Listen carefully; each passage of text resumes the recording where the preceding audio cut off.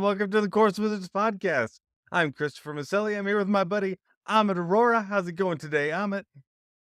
What's up, Chris? How are you doing, man? Doing good. We got some 2024 news today that's going to be interesting. Are you ready to find out where course platforms are and courses are in 2024? Is this still worth doing?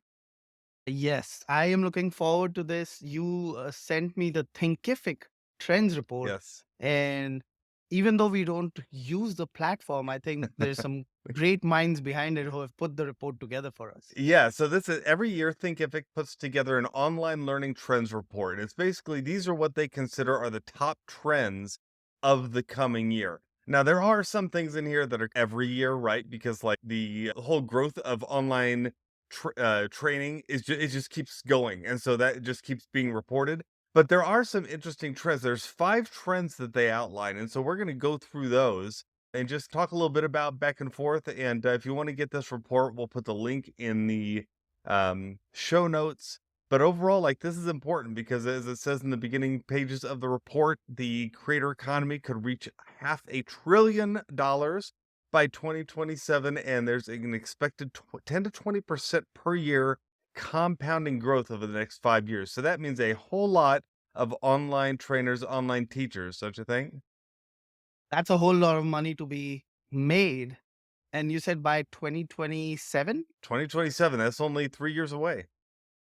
Wow, that's a lot of money. It's a lot of money, and people are getting more used to this, I think is the other my kind of big takeaway from it, and they talk about how over 90% of people dedicate at least an hour a month to learning digitally. Think about that. So that means more than 9 out of every 10 people spend time every month learning online. So if you're an online creator, there is no longer that barrier of having to teach people about how to learn online. Like they just know this is Yeah. how it's done, and it happens everywhere.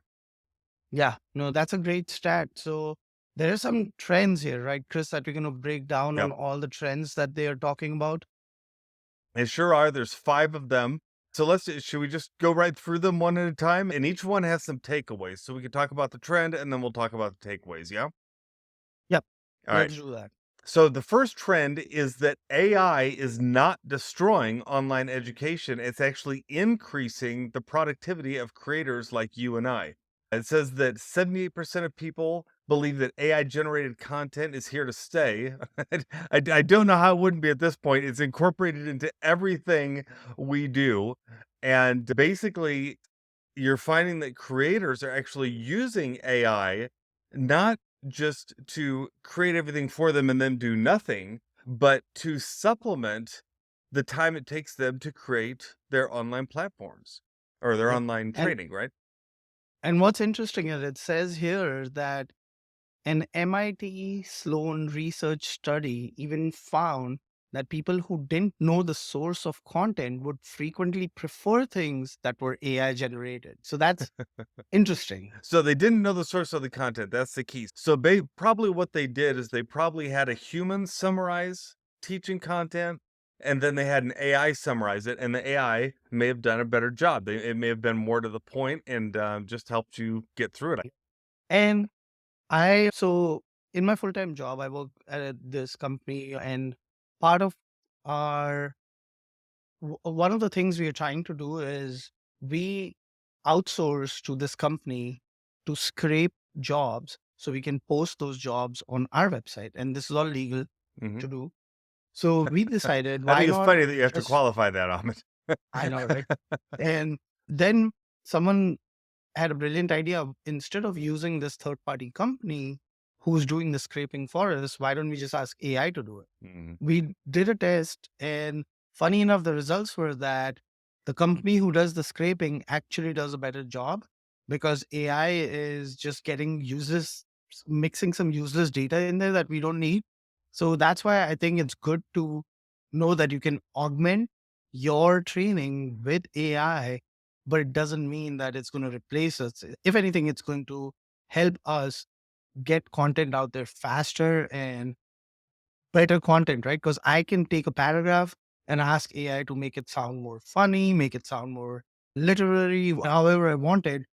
as long as I have the content that I've created, I can then slice and dice it using AI. Yeah, AI is nice to be able to give you a place to start, but I don't think it replaces us as humans and the human touch. And that's so they have three takeaways for this section. And the first one is essentially what I just said. They said that while more and more people are using AI content, they still prefer the human touch, right? They want to know that it's an actual person. And the second takeaway is that most learners believe that AI, while it can help teach a lot of things, it cannot replace an individual's lifetime of experience. And I think that's absolutely true. If I wanted to learn anything today, yes, there are certain things I could use AI for, but if I want to really learn how someone's implemented something over their lifetime, you have to go to a human and really hear just from their own lips how they've done things and how they've navigated life. Yeah, I can write a blog post about how to do this DMARC Right? records for Google and Yahoo sending. But Yeah. if I actually make a video and show you, that's going to help you a whole lot, especially if I do it for GoDaddy, then Google domains, then Namecheap. Yeah, AI cannot do that 100%. 100%. The last point they had for the takeaway on this is that AI can, though, increase your productivity. It can help you unblock yourself, extend your skill set, and help you grow your business. I think all those things are true. We like AI with caveats, I think is what I would say. Yes. Yeah, I would agree. All right. So trend number two is downloadables become the quickest path to monetization. And I think we have talked about this as tripwires, as lead Lead magnets, right? magnets, yeah. And even if like right now, anyone and everyone, unless you are not in this online world, then obviously you're not listening to this podcast. Mhm. But people who are listening to this podcast and our course creators know this whole disruption happening about the Google and Yahoo email deliverability and how you need to have these certain records on your domain to satisfy those needs. If I was to create a checklist, Chris, and make it downloadable and free, that's my easiest path to creating a lead magnet. And from there, I can say, oh, as soon as they download, I can give them an upsell. Why don't I do this for you instead of you reading and doing it yourself? Yeah, this second point to me is a no-brainer. This has been a key part of the marketing funnel for years, is getting people into it and getting them into it. They found that there's really no better way than to give them some kind of consumable content. It might be a PDF they can view, it might be a checklist, it might be a short video to watch, even a short training, and it may not seem like it's significant, but it can lead over the life of that lead, it could lead to actually being serious business. Yeah. Even if you take that one book, The 4 Hour Work Week, I can't imagine how Mhm. much revenue that single book has generated. Yeah. Yeah, it's exactly Cool. right, it's exactly right. So the just real quick, I'm not gonna go through all 3 of these because they're pretty much what we said. Basically, they just say, "Hey, downloadables are the best way to make income, and you can use some of your current assets to have a lead magnet make it downloadable." Now, like I said, a no-brainer there. This is interesting, the 3rd trend, which is that all platforms are becoming learning platforms. When we first started this we just talked about this last week or a couple weeks ago. When we first started this podcast, you would have to learn, how do I get my videos online and get them into some kind of special training program? And now, like, people are teaching just on social media, right? They just upload their videos to social media and they're monetizing it and making money there. You can use Yep. pretty much any platform you want, whether it's a dedicated training platform or whether it's something else that you make into a learning platform. It can totally work for you. There's nothing off the table at this point. Yeah. And everyone's gravitating to TikTok and YouTube, obviously shorts. But to your point, like, I was watching a video, Chris, I want to say a couple of days ago on how to create AI videos with the available platforms out there. Mhm. And this guy had done a brilliant job. It was like a 27, 30-minute video. So it was a time commitment for me to watch this. Yeah. And for the first 75% of the video, it was just knowledge bomb after knowledge bomb. And then right after the 75% mark, there was a small blurb hey, by the way, if you want to create videos like you've been seeing, we do have a video club where we teach you how to do it. But what I got out of that is I was totally expecting a sale somewhere in there. Mhm. But what this person did is they first established them as an authority and talked about some of the things they talked about is here's a video my student has made that made it to the top five. Not only the established authority, they're talking about their students being successful. Yes, that's so good, that's Yeah. so good, and I think that it Mm. seems to trend younger. The younger you are, the more apt you are to use things like social media platforms. In the report, it says that 47% of 18 to 25-year-olds use TikTok for learning. Think about that. Half of 18 to 25-year-olds are using TikTok. By the time 10 years from now, by the time they're in their 30s, it'll be even higher. So there is no barrier to entry when it comes to what platform you're going to use, whether it's TikTok, Instagram, YouTube, or Teachable or New Zenler. You could use any of those. So the takeaway for this is, hey, start exploring the different platforms. Find the ones that you enjoy using and then build an audience there. Yeah, I like their second takeaway on this. Don't shy away from platforms that haven't been used for Mm, learning in the past. And a good example of this would be Twitter, right? You would yeah. think you can't learn anything on Twitter. Then people started doing tweet storms where you had the one tweet and under that, or tweet threads, right? Where Mhm. then they would put 11 things under it. And I've learned some things on Twitter just by reading those threads. People would say, here's how I made $1 million in passive income, and they will lay out their steps. Still high level, but you can learn enough to then dig deeper and go down the rabbit hole. Yeah, it almost seems like that would be a good lead magnet in itself, right? You create a listicle like that says, "Hey, here's 11 things that I learned on the road to becoming a millionaire." And Yep. then at the bottom, if you want to learn more, find my community here, or find my online training here, and they jump into it. Which brings us to the next one, which is private communities are greater than social media. And again, it's Yeah. hand in hand. You start off with social media where it's a many to many relationship. Yep. And then you slowly bring people into your fold, into your world, and bring them into through your lead magnet, through your free course or a paid course, into a private community where it's more intimate, where they get to know you one on one. And I think it helps. I again use this example ad nauseum of Daniel Batal and his community that I pay for five Mhm. bucks a month for 2 years now, and I don't go there enough, but when I want to, I know that Daniel will answer my question because that's the private community that he has set up is for his people to answer their question.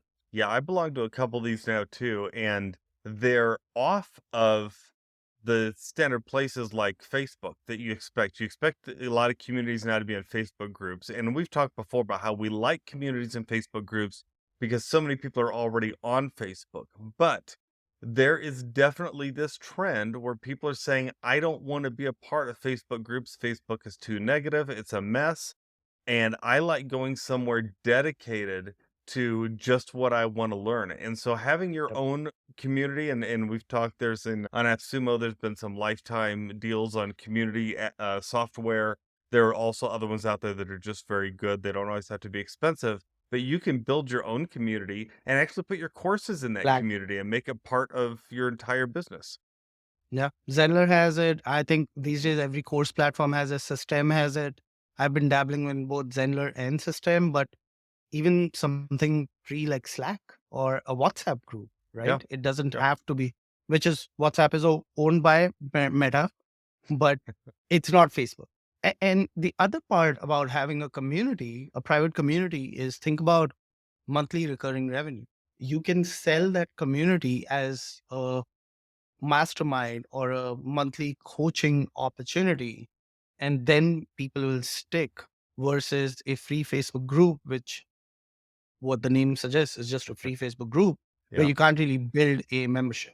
Yeah, no, 100%, and, I think that building your own community is probably, to me, the next step if you're doing your online training, right? First, you gotta get your training online, but really building that community is becoming more and more essential. No longer is it just the cool thing to put your training online. You want to build a continuous source of training people and education online, and you can do that through a community. Yeah, I think one key takeaway that Thinkific mentioned, which is so true, and part of the reason why TikTok has taken off is show up authentically in your Mhm, community, right? mhm, And that's so now what the trend is, Chris, is on TikTok, if you have X number of followers, companies you can collaborate with companies to promote their products. I don't know if you've heard of this. It's a creator program that TikTok has created because companies have realized that a completely polished ad is an ad. mhm. Whereas me talking to the camera is authentic, and that is going to get more people to stop scrolling versus an ad, which as soon as you scroll, you know an ad and you're going to skip by it. Yes. So that authenticity is key in anything today you do. So when Chris and I mess up on the show, we keep the messes in there because we're authentic, Yeah, yeah. And yeah, unless I'm swearing. yeah. All right. Trend number 5 is the creator economy is no longer a young person's game. So this is interesting. It seems that those over the age of 40 it's really picking up. It says people between the ages of 41 to 56 consider themselves digital creators. 20% of them do, 1 out of 5. That's an increase of 16%. If that trend continues, it goes to show that basically the older generation, not those 18 to 25-year-olds, but those of us who are older, it's really picking up, and this is becoming very much the norm. I think that's the whole thing I'm really getting from this report is that more and more online training is easier to do. You can do it anywhere, and it's for everyone, and everyone uses it. Yep. Yeah. And I think, especially in the US, right, something to do with the fact that even if you retire, you can't really retire. So I think that might also be contributing to the trend of older people getting in, but they have the life experience, which we mentioned in the first point, that people might prefer AI, but they will always prefer your life experience Mhm. over AI. So I think this kind of lends well to that. Of the three key takeaways here in this one, I'm seeing one of them says older creator educators are in high demand. So It's that's because of interesting. that age and experience. Yeah. Yep. And then driving people of all ages to start creating. What I'm getting from all of this is course creation platforms are going to continue to be the shovels that people are going to buy to go dig for gold, but you should start somewhere. You don't have to always invest in a course platform. As this report mentions, you can use social platforms to start teaching people. And then if enough people start asking you, oh, I need to learn more, I need to learn more, then look into. So really all you need is this brick here, which is your phone, All you need and is your just start phone. creating content. Yeah, you Yep. need your phone bare Start minimum. As creating long as you content. got your phone, you can make all of this happen. If you have more than your phone, if you have your own webcam and a mic, which is all I'm using here, standard webcam, mic, this isn't even just a little over $100 in investment. I'm ready to go. I can do full online trainings, and it's actually quite simple on any platform you want today. Yeah, this is a very good report, very interesting report, and very encouraging, I think. Of course, that's what I would expect because they're essentially trying to get you to sign up for Thinkific. It's a Yep. lead magnet. So It's a lead magnet, Amit. it is, but they do put out some good content. So Mhm. It I'm is good happy content. that this was a good piece of content. Yep. Let me wrap it up with what were the trends. The number one trend is AI increasing creator productivity. So keep using, keep using AI, keep exploring it, just mess with it. It's fun. Yep. Downloadable is the quickest way path to monetization, whether Lead it's like magnets. a 99-cent lead magnet on Gumroad. You don't even need a platform. Use Gumroad, right? All platforms become learning platforms is number three. Private communities are better than social media to keep a tight group of people, right? Your tribe. And then the fifth one is the aging creator economy is going to add more dollars because older generation people who have more experience are more sought after to teach that experience to the younger generation. Mm, very good. Hey, Thinkific, keep coming out with good content like this. We like using it, we like reading it, and I think everyone likes hearing about it. If you have enjoyed this report in this episode of Course Wizards that's helped you digest this report without actually having to download it and read all those words yourself, please rate, review, and subscribe and share it with someone who else also might enjoy the report. And we'll be back next Wednesday with more great content for you. And until then, what should they do, Amit? Creating. Keep creating. All right. Bye bye.